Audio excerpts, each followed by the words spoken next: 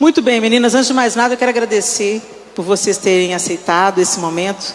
A gente sabe que nessas conversas que edificam, né? Por isso que a mesa da comunhão, ela é tão preciosa. Não a mesa do networking, embora ela também tenha o seu lugar. Mas na igreja, a mesa do networking não compete com a mesa da comunhão.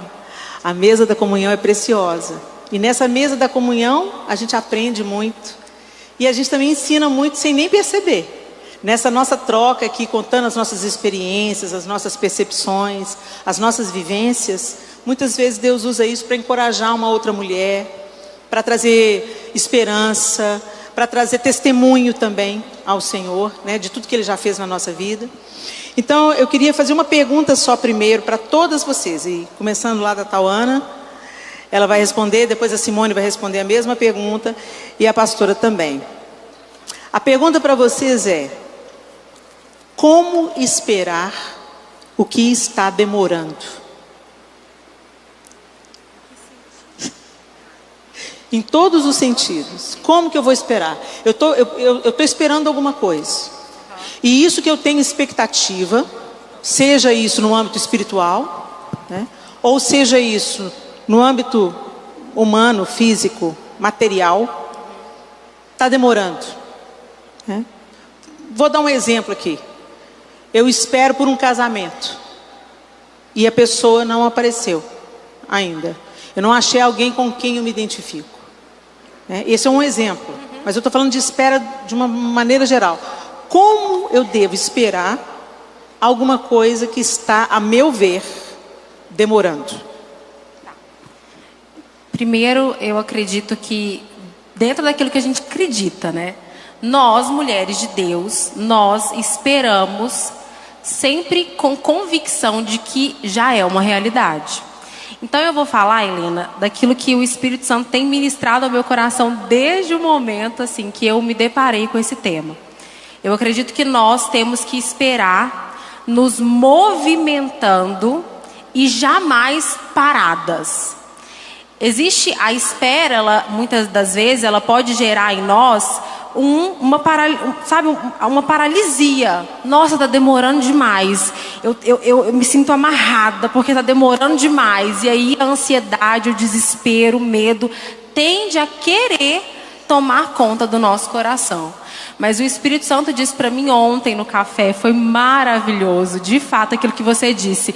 Jesus não desmarcou o café conosco, né? Ele estava ali e realmente é isso. O Senhor quer que eu e você possamos esperar, nos movimentando com fervor em direção àquilo que Ele tem para nós.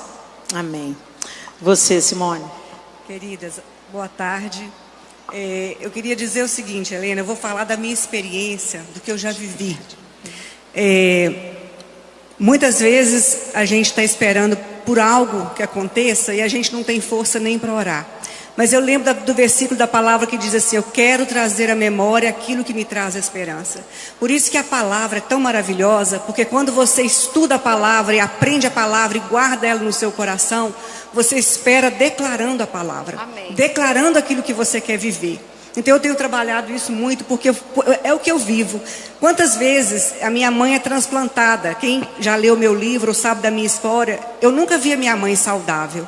Eu vi depois do transplante. Mas eu lembro que enquanto eu esperava por aquele momento, eu declarava: o Senhor é a cura, o Senhor é a saúde, o Senhor está conosco, o Senhor está cuidando.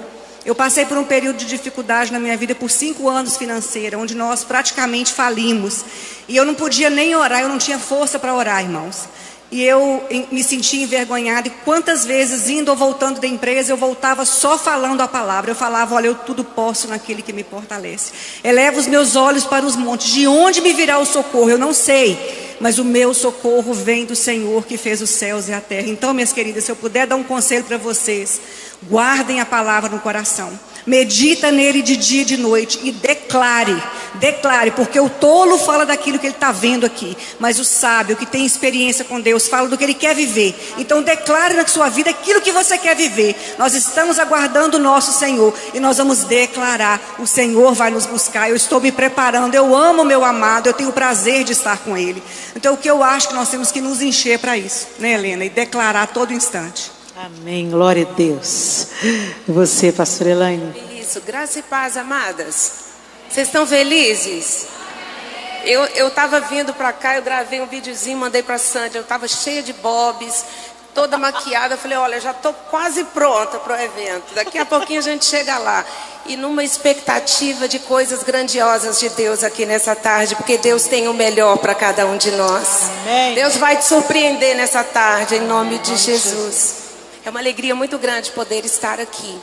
Então, quando a gente fala, né, dessa expectativa, ontem eu estava lendo, nós estávamos no café, e eu lembrei, eu acho que é Provérbios 13, capítulo 13, versículo 12, fala que a esperança, né, adiada, adoece o coração. Então, geralmente, durante uma espera, a gente tem uma tendência, né, gente? Porque a gente pensa que Deus não está nos ouvindo, a gente pensa que está demorando demais. Aí a gente tenta, às vezes, querer ajudar o Senhor. Eu vou dar uma ajudinha, né? Vocês lembram de Sara, né? Vamos dar uma ajuda para Deus, porque está demorando demais e eu acho que as coisas não vão acontecer. Mas, na verdade, quando a gente tenta dar uma ajuda para Deus, a gente vai piorar as coisas. Porque não é do nosso modo, não é do nosso jeito, mas é do jeito de Deus. Eu, particularmente, tive uma experiência com o Senhor em um período muito difícil da minha vida, quando eu tive a minha filha, né? A minha filha hoje tem 18 anos, Maria Eduarda. E eu me lembro que foi o período que eu fiquei 6 anos, gente, para engravidar. E você sabe que é um período que a mulher fica esperando, que a mulher deseja muito. E eu esperava passar a minha gravidez muito tranquila. Foi a parte mais complicada. Eu nunca vi, foi tanta prova na minha vida. E foi um período muito difícil de escassez. O marido desempregou naquele período, ele adoeceu psicologicamente, estava muito exausto. E foi um período que eu tive que assumir todas as coisas. E chegou um momento, gente, que estava pesado demais. E às vezes eu ia para o meu quarto e eu falava com Deus, eu pregava, eu ia para a igreja. E graças a Deus, minha mãe fala assim, você está sempre sorrindo, né? Diz que eu já amanheço sorrindo. Então eu dou graças a Deus por isso.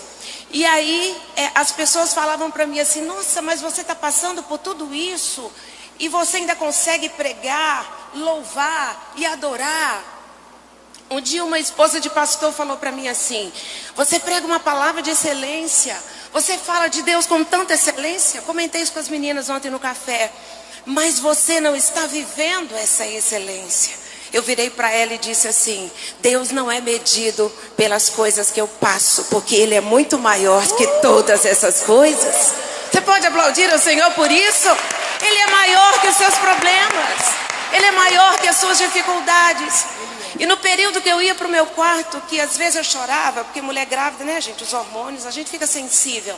Eu chorava muito, mas eu não chorava diante dos problemas.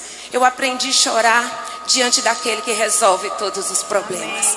E ele começou a me ensinar algo que geralmente o nosso ministério, ele nasce de uma dor nossa, ele nasce de uma situação que nós vivenciamos. E o Senhor naquele período, Ele foi despertando muitas coisas dentro de mim. Dentre elas o Senhor falou assim, tudo que você está passando não é para te apoucar, não é para te diminuir, não é para você ficar trancada dentro do quarto, não é para você ficar deprimida, chorando, não é para te adoecer, porque a vitória vai chegar.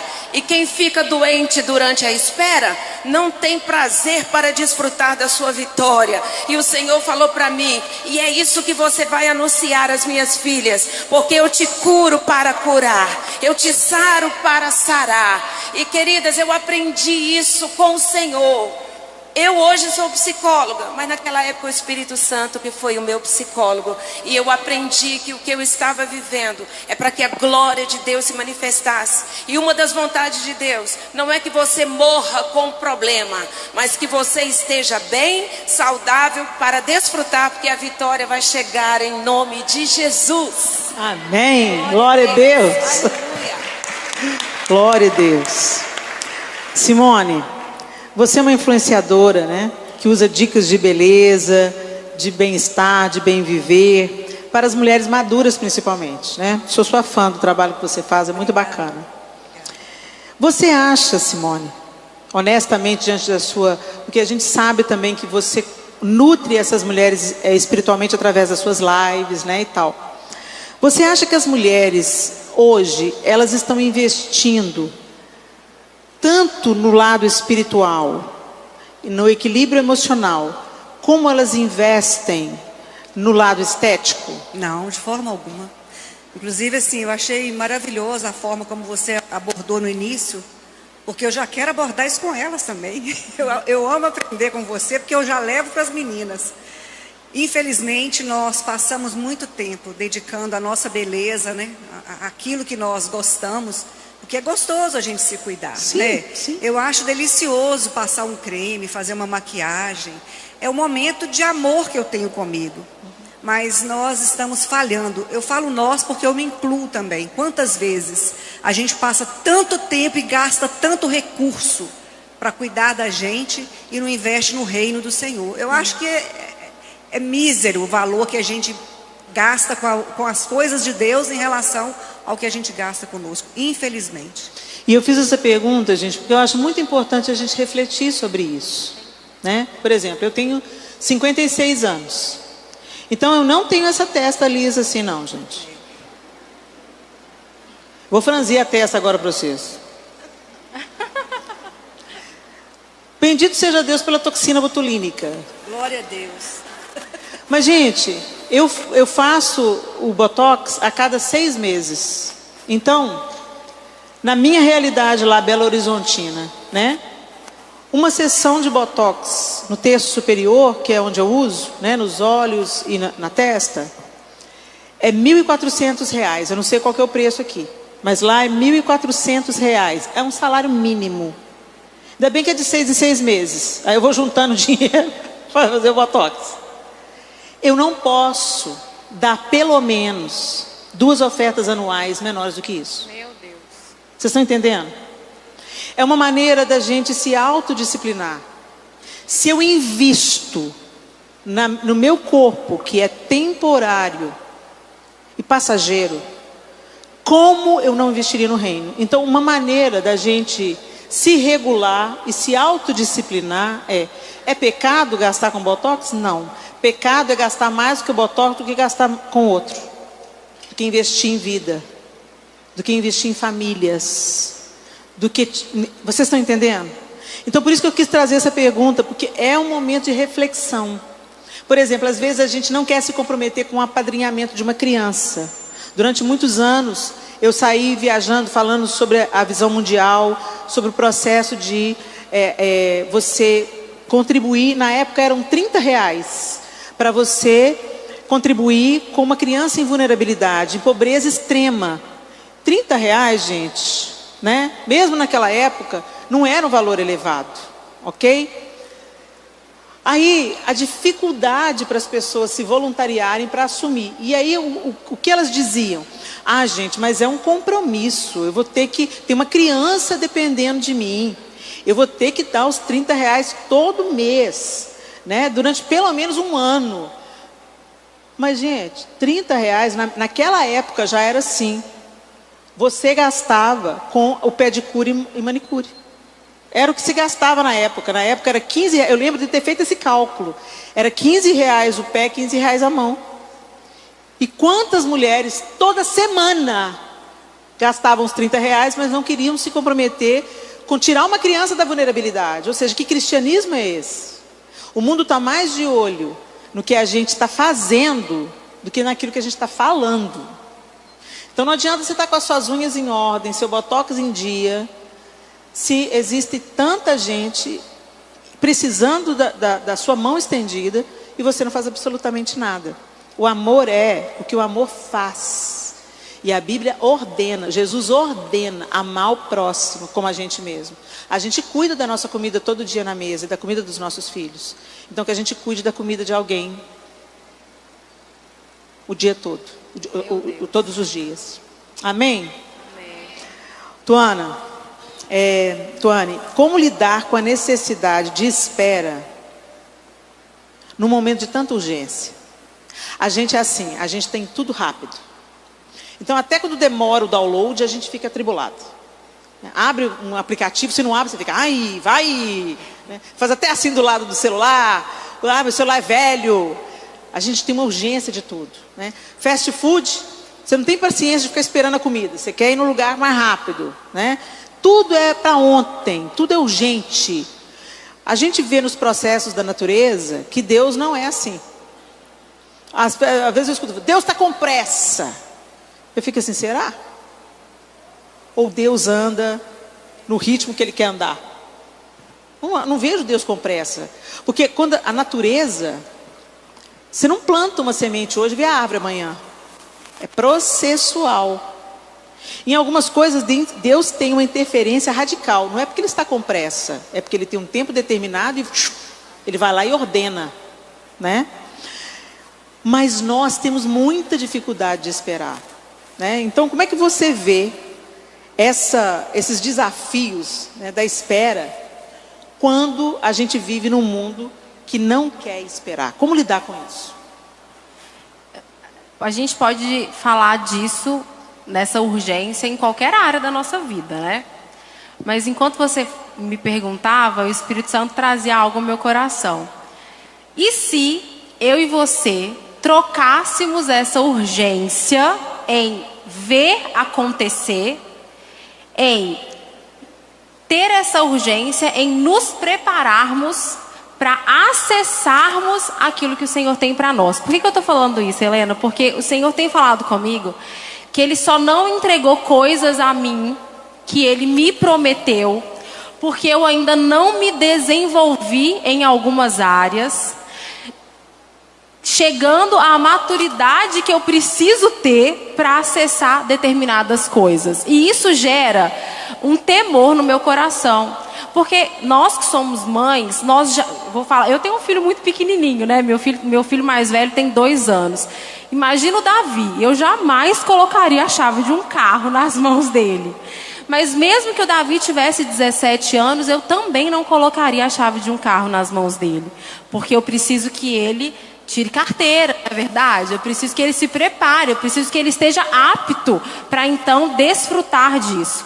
Então assim, eu tenho certeza que existe algo aí no seu coração que você anseia muito. Deus faz, Deus eu preciso, Deus é urgente. Ao invés de você pensar dessa forma, você tem todo o direito, né? A gente tem o direito de querer que algo aconteça muito rápido. Mas que o Espírito Santo gere no seu coração também a urgência de se preparar, de se doar, de caminhar em direção ao amadurecimento que Deus tem para você, para que então Ele possa entregar nas suas mãos aquilo que já é seu. Amém. É tão interessante isso que a Tawane falou, gente, porque é diferente você se preparar, você se mover em direção daquilo que Deus está fazendo, em sintonia com Ele, obediente a Ele, e daquilo que a pastora Elaine também colocou, que é você querer dar um jeitinho, né? Querer ajudar Deus, ok? Então a gente não ajuda Deus. Deus tem o seu plano perfeito e Ele vai cumprir as suas promessas no devido tempo. Agora nós podemos nos colocar no caminho. Às vezes a gente fica tão focado no destino que a gente esquece que tem beleza na jornada. Tem coisas que Deus quer te mostrar enquanto você espera. Tem coisas que Ele quer trabalhar em você enquanto você espera. Tem uma oração que eu faço, uma petição que eu faço a Deus há 10 anos. E eu não estou pedindo para mim mesma. Eu peço a redenção da minha filha mais velha. 10 anos. Nesses 10 anos, eu fui tão transformada. Eu tenho sido tão transformada. Mas como o Senhor ainda não me respondeu, eu tenho uma leitura. Ainda tem mais coisa que Ele quer transformar. Então eu falo, Senhor, então transforma. Transforma. Nela, em mim, na minha casa, na tua igreja. Muda em nós o que o Senhor quer mudar. Faça em nós o que o Senhor quer fazer. Eu confio que a sua vontade é boa, perfeita, agradável. Eu confio que o Senhor tem pensamentos de paz e não de mal para mim. Eu confio que o Senhor ama a minha filha mais velha mais do que eu mesmo a amo. Eu confio e eu clamo e eu espero. Mas enquanto eu espero, eu não vou ficar angustiada. Eu não vou ficar murmurando. Eu não vou ficar amedrontada. Eu não vou ficar trancada num quarto, chorando e negando o bem que eu posso anunciar. Eu não vou condicionar a minha obediência a Deus a se Ele me der. Ainda que a resposta do Senhor seja não, Ele é digno da minha adoração até o meu último fôlego. Nós não podemos ser condicionadas. Se Deus fizer, Ele já me deu infinitamente mais. Ele já fez. O simples fato dele ter me resgatado já é motivo de eu ficar andando de joelho pro resto da minha vida, dando graças ao Senhor. Senhor, obrigado, porque a luz do teu Espírito me iluminou. Eu estava morta, estava perdida. E o Senhor tem me curado dia a dia. Amém. E eu sei que a obra do Senhor ainda não está completa, que o Senhor vai trabalhar muito mais em mim. Então é importante, gente, a jornada, ela é tão importante quanto o destino. Amém. E a gente tem que aprender a se alegrar, apesar de. Amém. A confiar, apesar de. E isso tem tudo a ver com aquilo que a Tuane falou, né?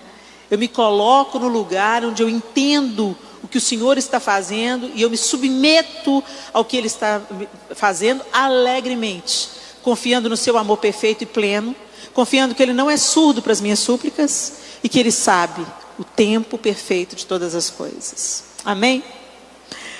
Muito bem. Pastora Elaine, você é psicóloga. E nesse tempo, como nós estamos precisando de vocês, né? Psicólogos e psiquiatras. Gente, é uma coisa tão interessante, uma frase que a pastora Elaine falou.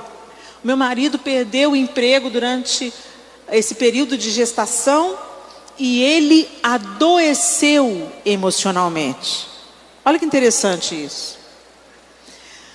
Quando você começa a ter umas disritmias no coração, você procura quem? Cardiologista. Se você começa a ter uma dor na coluna e essa dor começa a ficar reincidente, ela passa a fazer parte da sua rotina, você vai ficar esperando em casa ou você vai procurar um ortopedista? Você não está enxergando, não consegue dirigir, a coisa está feia, você já até bateu. Agora você assumiu que vai precisar de um óculos ou de uma lente. Você vai aonde? Oftalmologista.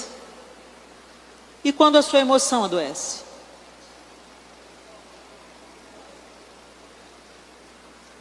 Por que a gente demoniza tanto psiquiatra e psicólogo? Por que a gente acha que psiquiatra é só para quem enlouqueceu? O enlouquecimento, muitas vezes, é sinal de ignorar os sintomas, é o agravamento de adoentamentos emocionais. Em alguns casos tem fatores genéticos e uma série de outras coisas incluídas. Mas quantas vezes as pessoas surtam? O burnout, por exemplo, é um transtorno que vem pelo trabalho. A pessoa trabalha, estresse do trabalho.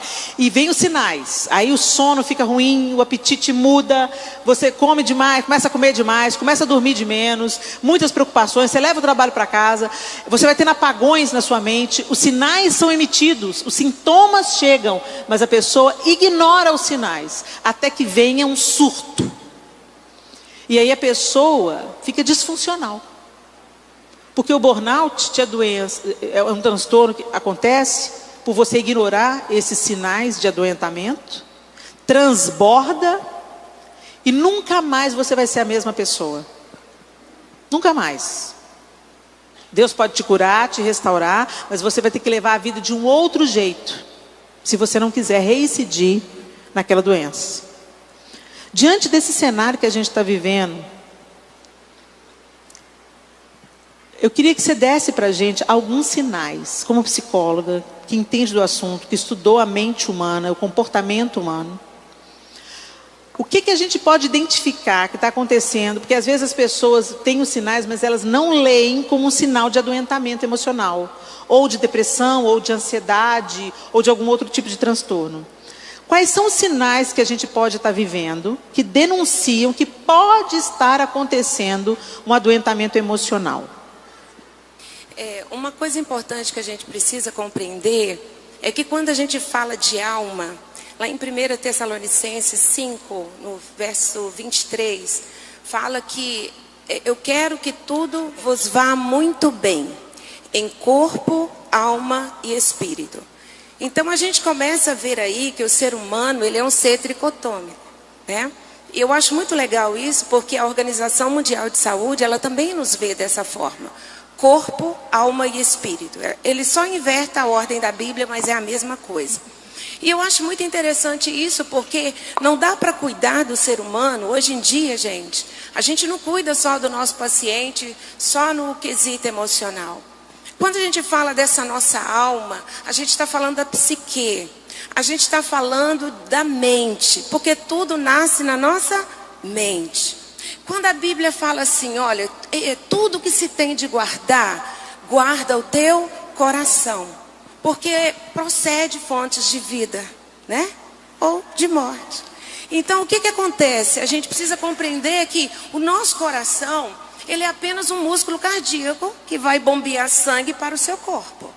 Mas quando a Bíblia está falando dessa alma, ela está falando exatamente da sua mente, que é a sede da sua emoção.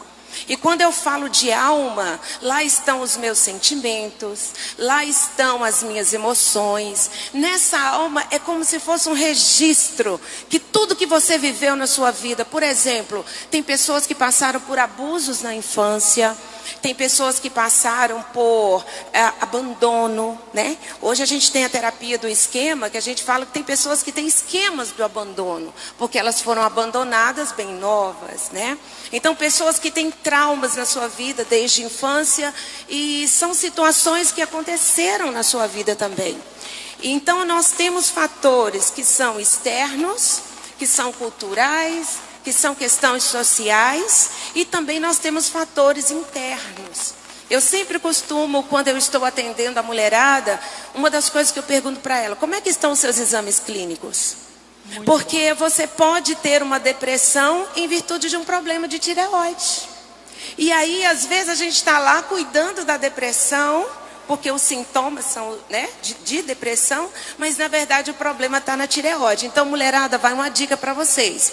Quando vocês perceberem qualquer alteração, daqui a pouco eu vou falar dessas alterações, procure um médico, procure um ginecologista, né? Procura, por quê? Para vocês saberem como é que estão os seus hormônios. Por exemplo, eu estou entrando na menopausa, né? Aqueles calorões já chegaram de madrugada. Estou com 50 anos, gente. É muito estranho. Eu corri no início do ano e procurei um endócrino.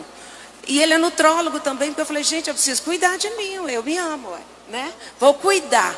E estou cuidando. E estou tendo resultados maravilhosos. Está todo mundo falando, né, Simone?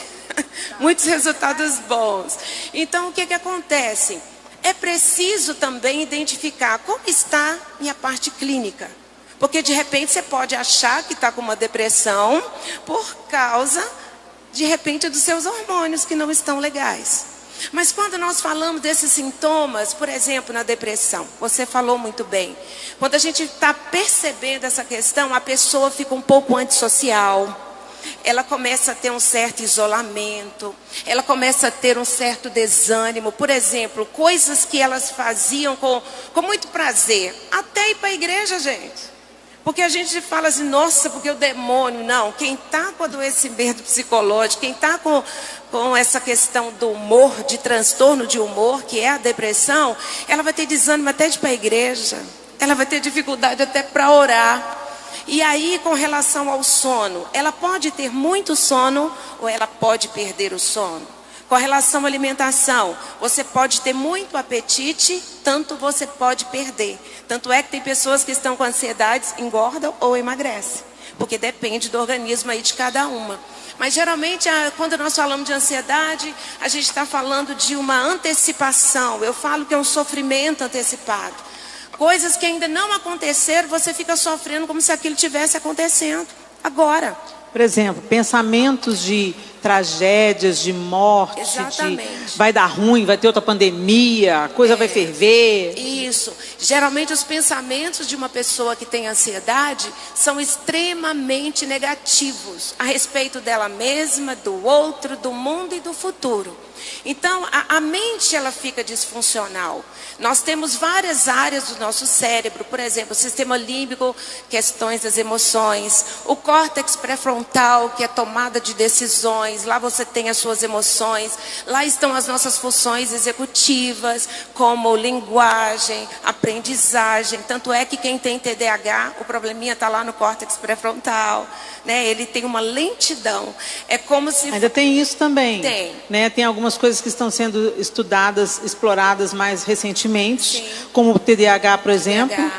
O autismo em adultos também, que às vezes a gente pensava que o espectro autista é só aquela realidade da pessoa que se isola do mundo, né? Às vezes levando em conta só os casos de autismo grau 2, 3, e se esquece que o grau 1, às vezes até compensado com altas habilidades, passa despercebido, enquanto a pessoa está dentro do espectro autista. Né? E tem muitas pessoas que têm o TDAH adulto, né? Que é o transtorno de déficit de atenção e hiperatividade. Essas pessoas, por exemplo, olha só, gente, elas têm dificuldade na organização. O que é o transtorno? A gente pensa que é uma coisa do outro mundo, né? Mas, na verdade, é assim. A neurobiologia, no córtex pré-frontal, o que acontece? Imagina você um avião que vai sair daqui do aeroporto de Patinga e está indo para BH. Ele teve 2 horas de atraso. Ele vai chegar lá ou não vai? Vai ou não vai? Vai. Só para vocês entenderem. Quando a gente fala desse transtorno, é exatamente isso. Ele tem uma lentidão, ele tem uma demora para ele absorver as coisas, para ele conseguir captar, entender e absorver. Então, essa demora nós chamamos de transtorno de déficit de atenção. Tem pessoas que têm o déficit de atenção e hiperatividade juntas. Então, o que acontece? Por exemplo, uma pessoa com TDAH adulto que nunca tratou. São pessoas que ficam se cobrando, Helena, porque elas não conseguem se organizar. Elas rodam o dia inteiro, mexem numa coisa, mexem no outro. Acho que vocês estão identificando aí. Mexe. Gente, no final do dia está exausto e não foi nada, porque não conclui as coisas. Quantas pessoas estão aqui que estão assim, meu Deus, mas fulano começa e termina. Tudo que o outro faz, ele começa e termina, mas eu não. Eu trabalhei o dia inteiro e não dei conta de fazer o que eu tinha que fazer. Fica exausta. No final do dia não produziu, não rendeu. É extremamente desorganizado. Aí entra a gente, né, na terapia para organizar a rotina dessa pessoa, para ensinar para ela que ela precisa de uma agenda, que ela precisa programar o seu dia e ela precisa se educar, porque isso é você se educar. O nosso cérebro, gente, ele é fantástico, tá?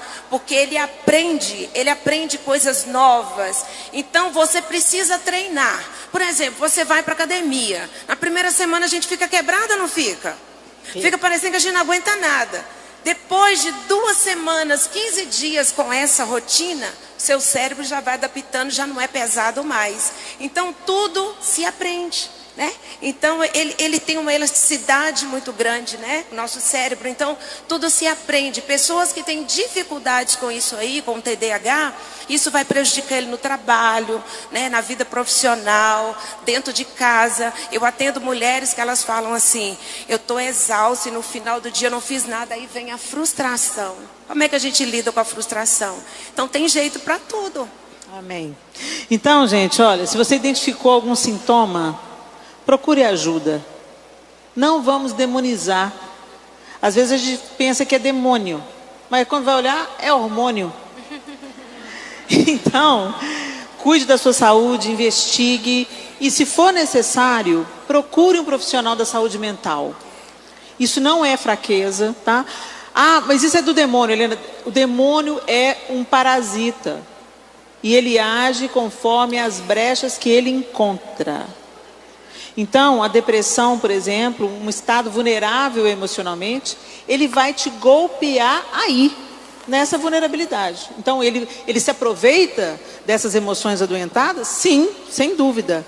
Mas a gente não pode se esquecer que a gente está ligado num corpo, que a gente está inserido em um mundo com muitos problemas, né? E isso nos afeta emocionalmente também. E a gente precisa de entender, se Deus capacitou o homem a ponto da ciência avançar, da tecnologia avançar e desses profissionais terem a condição de identificar essas coisas, é porque Ele quer nos curar também através da medicina. Amém? Amém. Gente, vamos abrir para 3 perguntas, porque o nosso tempo já avançou demais. Quem está com o microfone aí? Tem alguém com o microfone aí? Tá, beleza. Alguém quer fazer alguma pergunta para uma de nós? É só levantar a mão bem alto para o microfone chegar até você. Não? Ninguém? Que menina super... Vocês estão com fome, né?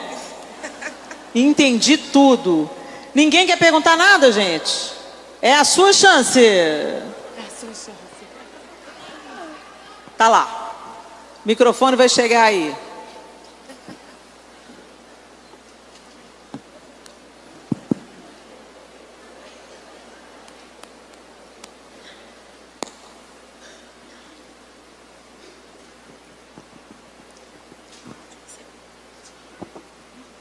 Pode falar. Boa noite, meu Boa nome é noite. Gabi. Eu queria fazer a pergunta para Helena. Pode falar. Já tem um tempo, né, que eu acompanho você nas redes sociais. Já tive algumas oportunidades, né, de estar próxima. Mas eu queria que você contasse para a gente como que foi, assim, uma das maiores experiências que você teve com o Senhor, vamos dizer, aqui na Terra, né? Que nós temos experiências todos os dias. Como que foi essa busca? Como que foi esse momento de avivamento espiritual na sua alma? Bem, eu me converti, eu tive uma experiência com Jesus aos 14 anos de idade, quando meus pais se converteram ao Evangelho.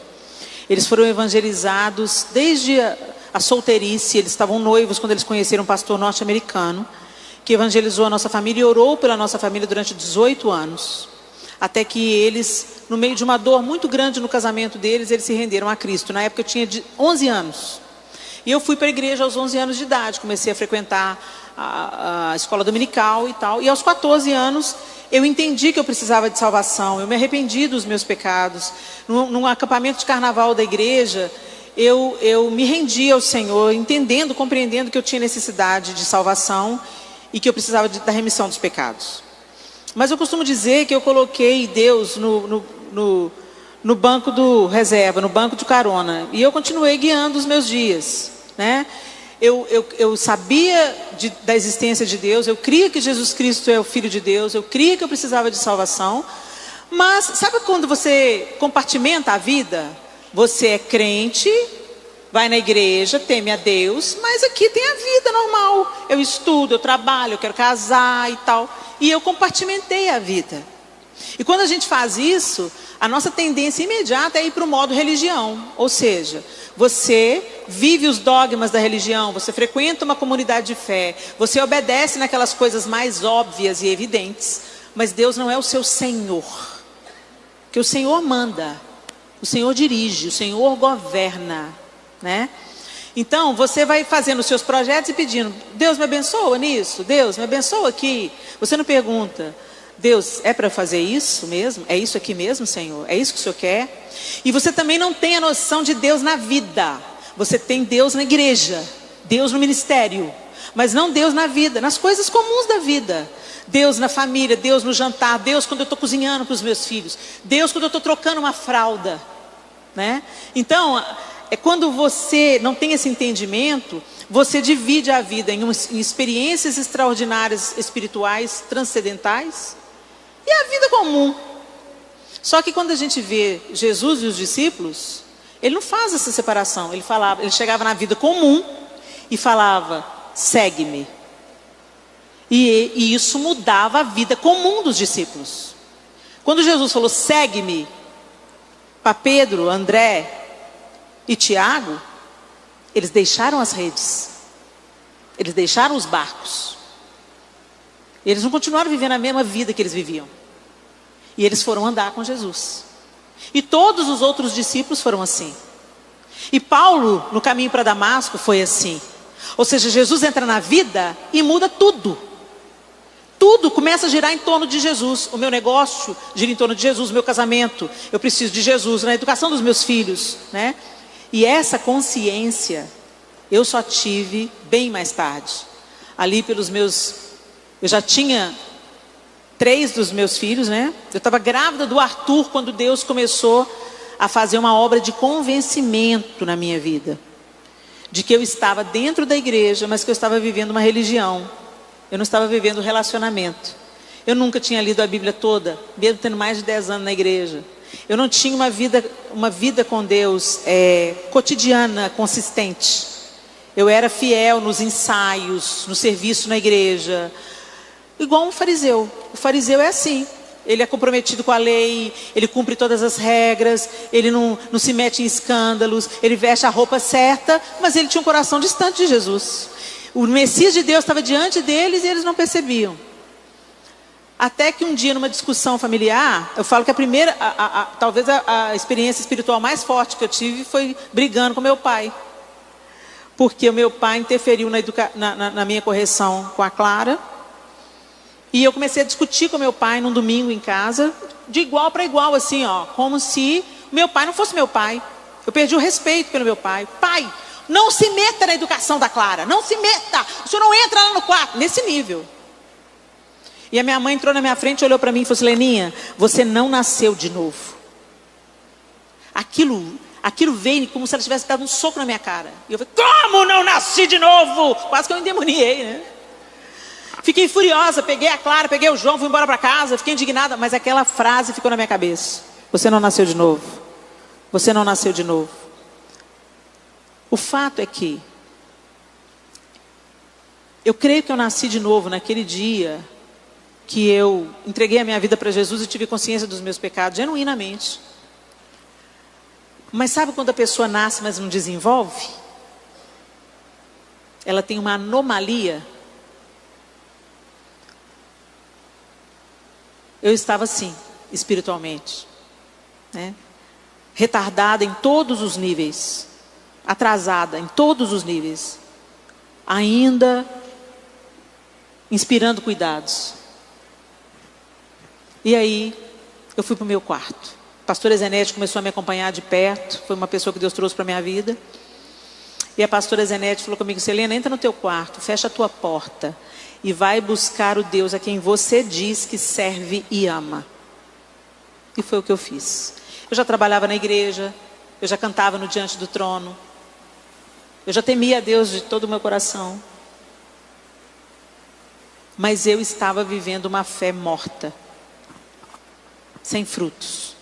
Era só aparência, né? E fruto, quando a gente fala fruto, gente, fruto do Espírito: paz, alegria, amor, longanimidade, benignidade, bondade, domínio próprio. Aquela discussão com meu pai mostrou que meus frutos eram de plástico. Eu governava, eu mandava. Eu estava sendo conduzida pelo Espírito? Não, pela minha vontade. E aí eu voltei para o meu quarto.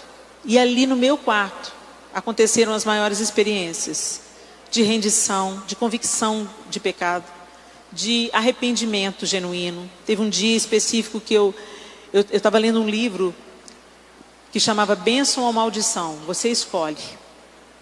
E quando eu fui lendo o livro, eu fui sendo invadida de memórias da minha adolescência, de coisas que eu fiz, que foram portas de maldição para a minha vida, e eu tinha esquecido. Parece que a minha mente tinha apagado.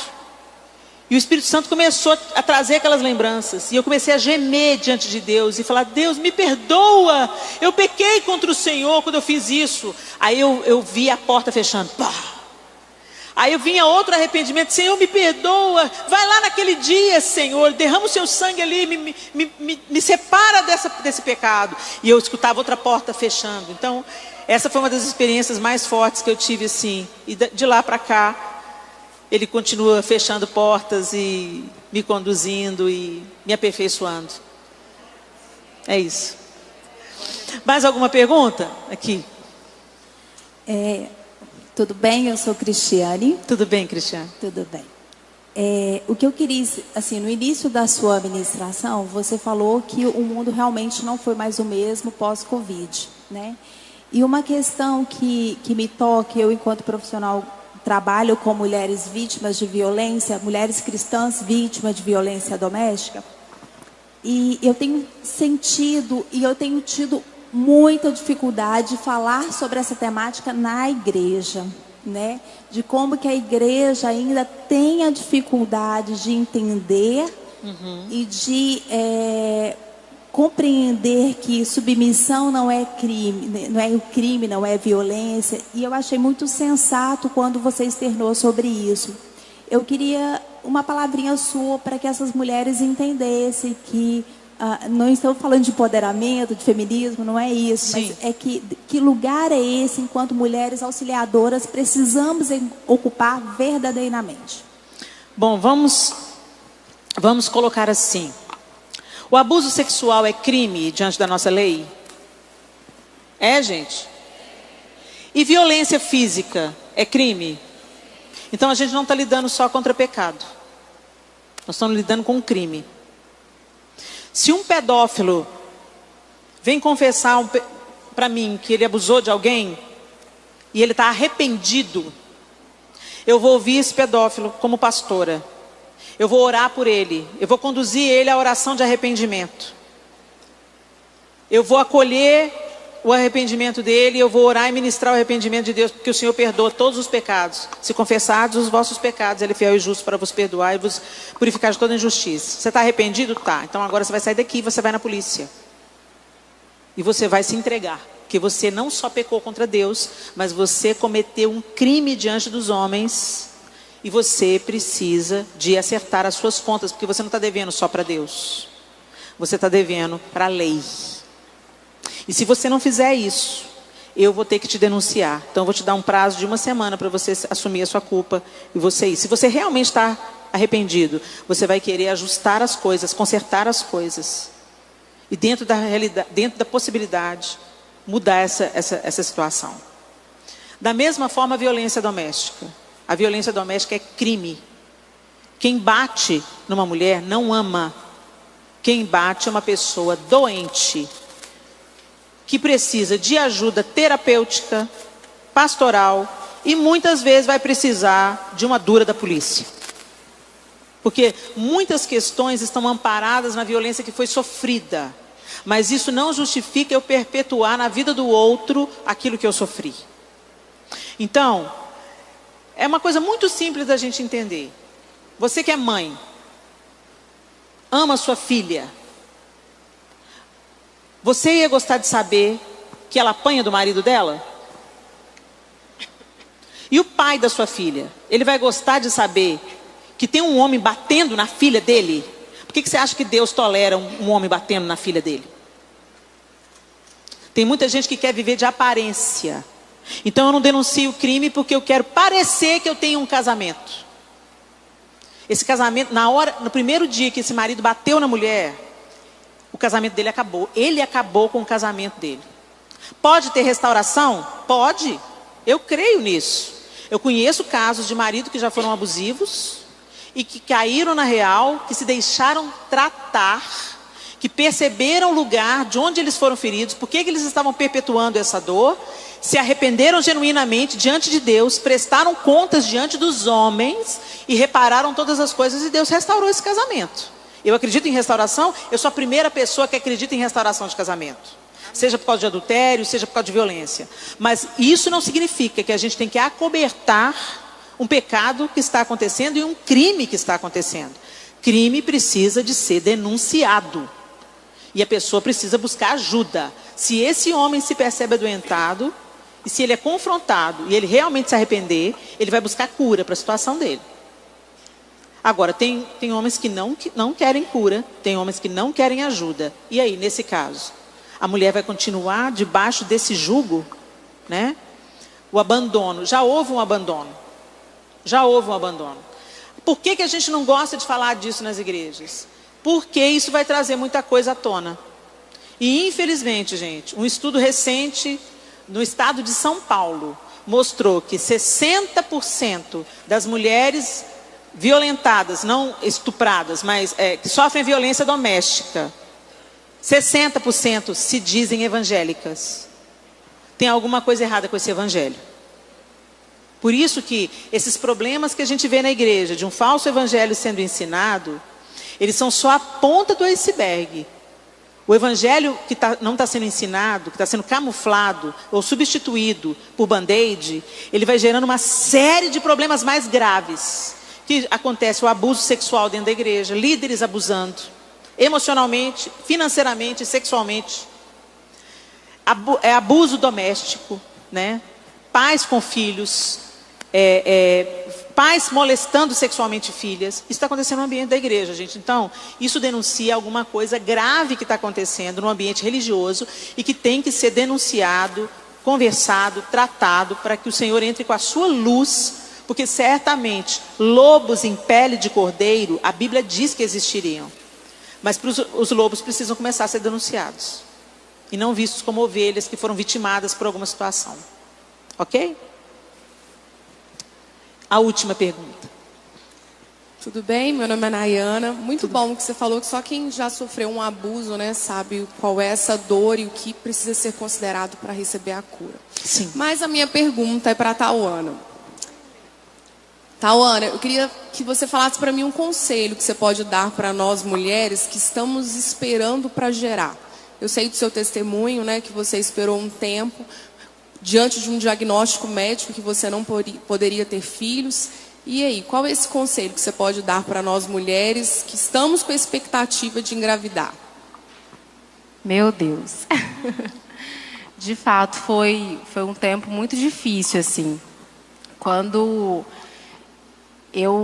nós fizemos 4 anos de casados, eu e meu marido, a gente já tinha colocado isso diante do Senhor, que então nós iríamos, né, nos preparar para termos os nossos filhos.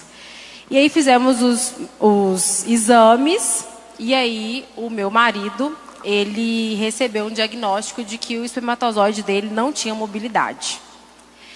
E eu lembro quando a gente recebeu esse diagnóstico, eu fiquei, a princípio, com o olho esbugalhado e falei, meu Deus, é o grande sonho da minha vida. Antes mesmo de conhecer o Gustavo, eu sempre sonhei em ser mãe. E ele virou para mim e falou assim, a fé tem uma voz. E eu vou ser pai. E você vai ser mãe. E os nossos filhos já são uma realidade. E eu já consigo ver a Maria Clara e o Davi aqui dentro dessa casa. Eu falei, ô glória! E eu me surpreendi, né, com esse posicionamento dele dentro de casa. E então nós começamos a gerar os nossos filhos em oração e em declaração. Para você que espera, eu tenho 2 situações que eu vivi que foram sobrenaturais. Eu até já contei isso nas minhas redes sociais e eu tenho certeza que isso vai alcançar o seu coração. Se tem alguém aqui que está esperando esse milagre, é loucura, né, Helena? Humanamente falando, é loucura. Mas o Senhor nos convida a realmente andar na contramão do sistema. E eu lembro que em um dia das mães, eu fazendo divulgação em uma empresa, eu falei, esse colar aqui com um filho e uma filha é meu. Eu vou levar ele para casa, porque a partir de hoje eu vou começar a usar ele pela fé. E aí as pessoas me perguntavam, Tauana, o que é isso? Você está grávida? Esse colar de um menino e uma menina aí no seu pescoço? Eu falei, são os meus filhos. Davi e Maria Clara já são uma realidade. E aí eu e o Gustavo começamos a realmente a declarar e a nos comportarmos como se isso já fosse realidade. No Dia dos Pais, o Gustavo foi lá na frente para receber oração. E todo mundo na igreja, que é isso? A Tauana está grávida? E eu falei, pela fé, os meus filhos já são uma realidade. E no Dia das Mães também. E a gente começou a se mover. Quando eu falo me mover, é porque existe uma ação correspondente. Você coloca a sua fé diante de Deus, mas a sua fé não é uma fé muda. A sua fé, ela se manifesta de acordo com aquilo que você declara com a sua voz, mas de acordo com aquilo que você crê com o seu coração. E o seu corpo, ele manifesta isso. E aí, no Dia das Mães, a mesma coisa, eu já tinha o Davi e eu coloquei outro colar de um menininho e uma menininha. E eu já tinha mais 1 ano e 6 meses que nós já estávamos tentando o segundo filho.